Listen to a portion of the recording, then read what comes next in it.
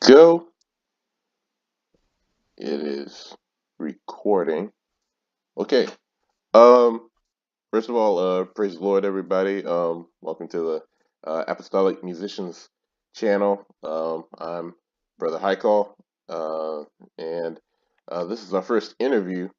Deacon John W. Ashley on uh, uh, for our first interview.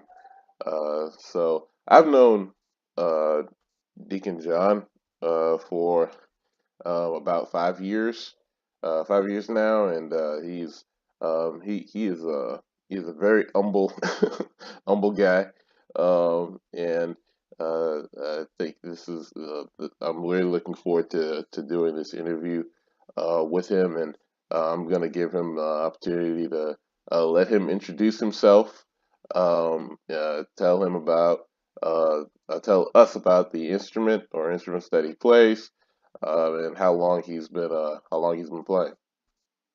Perfect. Praise the Lord, saints. Um, as Brother Hawkall mentioned, my name is Deacon John Ashley. I've been playing the guitar now, um, altogether for about 7 or 8 years. In the ministry for about 5 or 6. So there's just a couple years in between that. I play both electric guitar and acoustic guitar, but just rhythm and lead. So I don't play any bass guitar. Um, Altogether, though, been working in the ministry with my musicianship for about 6 or 7 years. Okay, you um, just really quickly, something for those who are interested in guitar playing.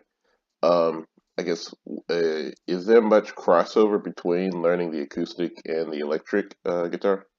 Well, yeah, the common theory is to start with the acoustic guitar and then grow into the electric. Simply because the instruments are built, in a fashion to where once you get the rhythm and the procedure down with the acoustic, it does translate pretty cleanly, and makes the electric guitar seem easier. Um, Technically you can pick up the electric before you ever touch an acoustic, but it practice wise and fundamentally, it'll be a little bit easier going that route. Okay, awesome. What is the important part? What is the uh, what is the purpose of the electric guitar in the worship band, or just or just soloing by itself? I guess what does it do? What makes it special? Well, with both of these instruments, acoustic and electric, they both have their unique place in a praise worship band. The electric guitar is really fits in kind of more as an expressionist type of an instrument. Hmm. So it follows really closely with vocals. They kind of fill in the gap between, chorus and solo, if you will, or verse. Very expressionistic.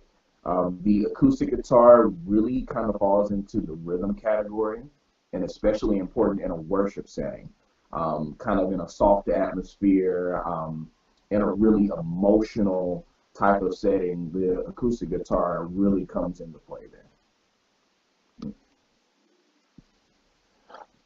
Um, who inspired you? What inspired you to play? Well, yeah. When I picked up the instrument, honestly had no intention of playing in a gospel setting. Um, Really, historically, everything that I like and almost every genre of music that I really enjoy tends to have a very distinct presence of a guitar. Um, and as I grew up, I first learned my first instrument was actually the saxophone, and then that kind of naturally just morphed into the guitar. I fell in love with it, the sound, the way it looked, the way it felt, and one thing led to another, and here I am. So you kind of found my own path in that, so to say. One particular person, not really, more like five or six different guitarists that kind of drove it home for me. Oh, okay. Um, who do you talked about genres that you listen to? I guess who are some of the people that you listen to, and I guess some of the do you have any favorite um guitar players or gospel singers that you like to listen to, which you draw inspiration from? Well, yeah, really the artist that brought it home for me in the gospel arena and kind of drew me in was Ty Tribbett. Mm, Um, you know, and just growing up in my particular generation, there's right there a transition, if you will. If you listen to a lot of gospel music, there seems to be old gospel and new gospel, if you know what I mean. mm-hmm, And Ty Tribbett was that artist that seemed to have brought all of that in for me. Um, the way he's using his horn section and rhythm section as well as guitar um, really struck a chord with me. Usually, the genre of music I listen to outside of gospel is either R&B, blues, and funk. And he kind of brought all of those together in his own unique sound of music.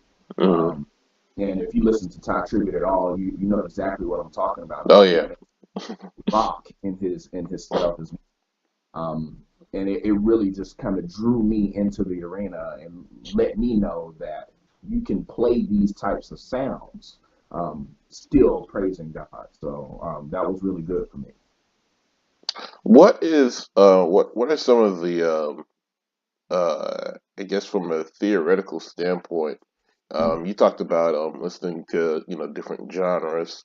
I guess what are some lessons that can be learned from other genres that can be used for gospel music?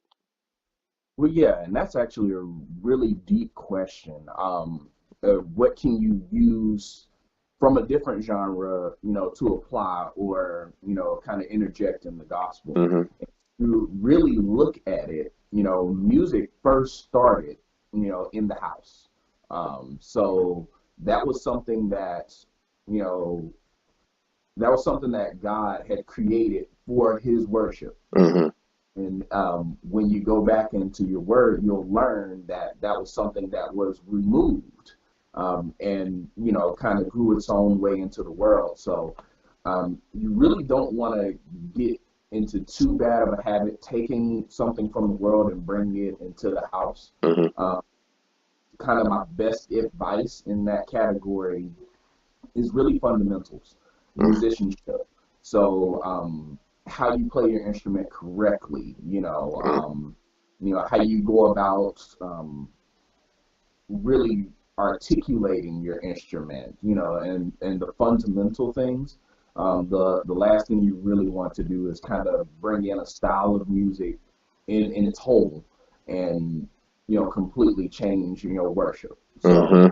you try not to fall into a bad habit there, but it's overall, how you maintain, how you play, how you practice, those types of things is what ends up getting translated over. And I do see a lot of that nowadays.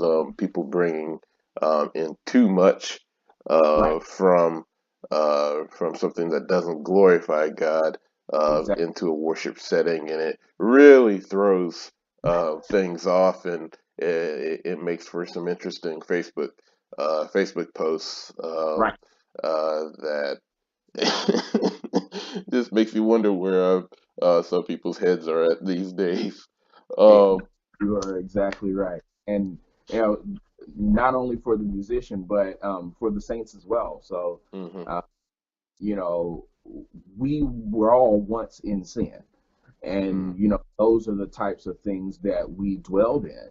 And, when you bring those same things back, and music in particular, that tends to draw a lot of memories and a lot of emotions mm, with what this was built for, you can really throw the Saints. mhm, Um, And as a minister, because musicians are ministers and important ministers, Hmm. uh, the last thing you want to do is take glory away from God, especially in a tender moment, something very important that could lead to another soul saved. Mm. Amen. Uh, let's see here. Oh, yeah. Practice regimen. Uh, Yes, uh, do you practice? And how often do you practice, and what do you practice? right. So, yes, I do practice. Um, in a perfect world, I practice every day. Realistically, that doesn't happen. So, Hmm. we get to it 2, 3 times a week. And, again, the theory is, it's better to practice 30 minutes a day than 4 hours one day, to really build your skills. So I actually end up practicing is fundamentals. You can get too good at an instrument. So you start from the basics. You work on with a particular instrument, articulation, um, finger placement. Hmm. This is a two-hand instrument, so right hand rhythm, left hand rhythm, those types of things is what I fundamentally practice, and then I work myself into the actual music itself. So a lot of regular songs that we worship and praise with, I go over those on a regular basis. Is there, I guess, for someone who's just starting, just learning how to play Hmm. the guitar, they may not know exactly where to start. Right. What would be a good starting point for someone um, who is just learning how to play a guitar? What would be your number one piece of advice? Yeah. I'm primarily self-taught on the instrument, so I struggled for a while trying to find where to go, right? Hmm. Oh There's yeah. tons of literature out there. Most people don't read books anymore. There are tons of books, DVDs, Hmm. CDs, YouTube videos, and even the neighbor from around the way that used to play guitar 5 years ago, right? So, um, the best the best thing to start with is really getting the instrument in your hands and getting comfortable with playing. Hmm. If you're searching in the area of YouTube, you really want to focus on, you know, fundamentally how to play the instrument, how to hold your instrument, to really get the best sound out of it. It's almost better to have someone alongside you Oh yeah. to Hmm. you grow with. Because just simply doing it by yourself is so much that you don't know, Hmm. and it's hard to overcome what you don't know, really. Hmm. So my best advice is, if you have an opportunity to get a mentor or a teacher, get one. If not, really start on the fundamentals, learning how, find whatever tutorials you can with learning how to play the instrument, and then theory. Quite naturally, music is a language all in itself, and I'm sure you know that. Um, Hmm. to be able to play with other musicians, Yes. you want to know the language. So it's just as important to know what a A sharp is and a B minor. All those things are just as important as actually being able to play the instrument. Um, I'm trying to find a good example really to give you. Other than music, is not really one. It's useless to be able to play this instrument and not know what you're playing. So you have to learn that as well as music in itself. So that can be a bit of a challenge, but if it's something that you want, it's all worth it in the end. And it helps in expression if you know what you're doing. Of course. uh, it uh, I think my from a bass playing standpoint, life became a lot easier when I knew where my next chord was going to be, Exactly. knowing where you're going before you even get there. So I definitely agree with um, uh, everything that you just said. That except as a bass player, that's pretty much what I would say too. Yes, sir. Uh, so getting a little get some getting spiritual here. Mhm. Um, in terms of some people don't believe that you have to be spiritual to be a church musician. You can it's not necessarily something that you don't necessarily have to live holy Mm. to play in church. And this what do you I guess what are your some of your thoughts Oh yeah. on that? Yeah, that's a good question. Gosh, that's a heavy question too. So it'll lead itself into another point that we'll make. But Okay, I'll answer your question with a question, all if right. you'll. Do you have to be spiritual to preach? Mm, Or uh, same question, just in a different area. Do you have to be spiritual to usher, or do you have to be spiritual to be a deacon? So first, you have to understand what being a musician in a church is. mhm, Uh, that's a ministry. It's a musical department. One of those that really makes a difference in the order of service. It's really one of those things in comparison. When you've gone to a church and there were no music or musicians, mhm, and go to another church where there were, there's a significant difference in how the service flows. And that difference could be just enough, again, to win a soul. At the end of the day, that's what this is all about. First you making it to heaven, and then you bringing someone along with you in its simplest form. um, and when you ask that question, do you have to be spiritual to be a musician? I think it is a upfront requirement. It's a prerequisite to getting in the pulpit as a musician. So one of those things where it'll also sway your opinion on what style of music you play.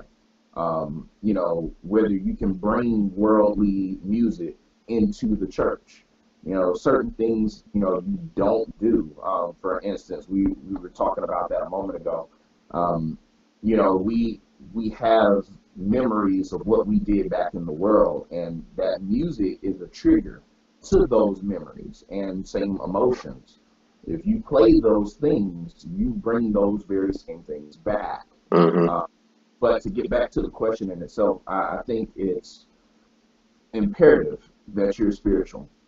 And if you're not saved, at least pray it up before you pick up an instrument, because you can do some significant damage in the pulpit by not being so. Um, and I mentioned, there was, but before we get too far off topic there, one of those things that you really want to take pride in what you're doing. Mhm. You you just don't want to get up there and be unpracticed, um, unclean. You just don't want to get up there any type of way, because again, these are one of these things that are called by God. So you don't want to take it lightly. Okay. One of I guess some closing thoughts, closing statements that last nuggets of wisdom that you would like to impart, not just as someone who's interested in learning how to play guitar in church, but just musicians, Mhm. apostolic musicians in church as a whole. Yeah, definitely. Kind of last statements. Yeah, so just as we were kind of getting into, musicianship is a ministry. It's one of those things that, without it, it really puts a unique stamp on worship. You Mhm. know, we can honestly worship without music or musicians, and you'll learn that in scripture. But with that, it's just it's it's a totally different element. Mm-hmm. um, and what we bring to the table. And that's something that I really want all of those apostolic, musicians to cherish. If you're gonna do it for real. Mm-hmm. I honestly rather sit out, than to do it in a bad way, if you will. So, really honor your position. Don't take it lightly. Don't play over it, because it's really one of those things that makes a significant difference in what we do. Amen. I got one last question, and it's something that I've been seeing pop up Yeah. lately. Um, you have been playing for years.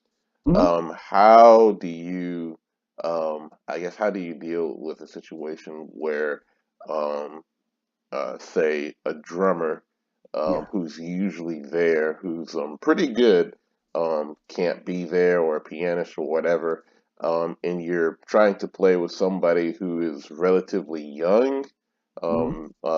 in terms of the development of their instrument. I guess how do you go about someone who's young and could possibly be just bad? Yeah, because that happens, right? You travel to a church and they have a broken musicians group, or Hmm.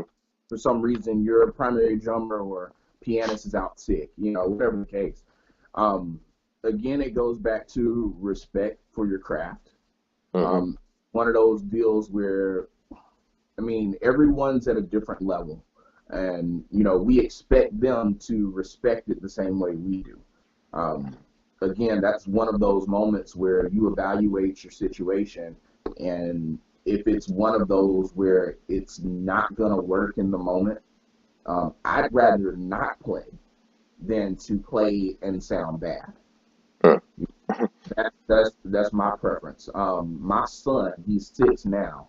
He's training to be a drummer. Hmm. He's not yet, but he's learning, and he's learning fundamentally. So, as a parent, and as a deacon, just the same, we don't put him up, um, before we know he is ready. Hmm. So Hmm. that's one of those things that, as musicians, we really have to determine what's acceptable.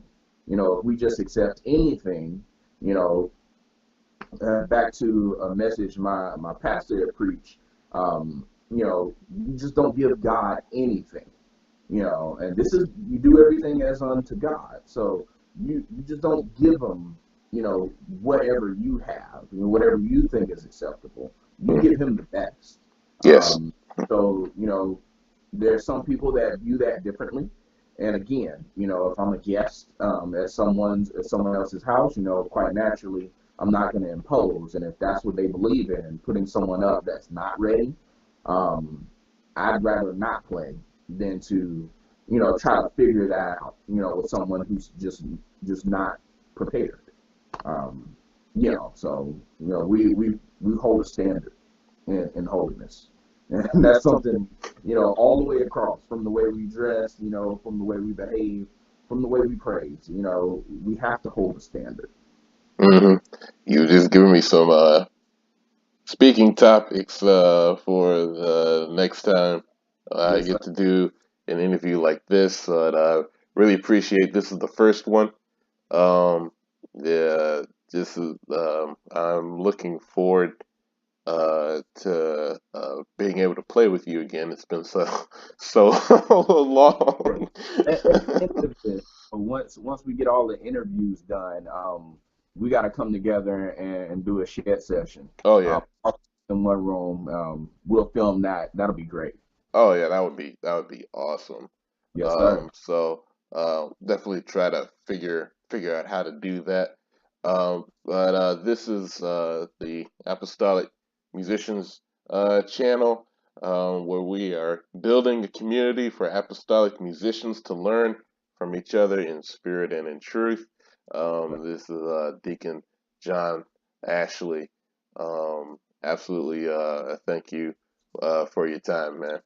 Of course, and thank you. We love you. Alrighty. All right.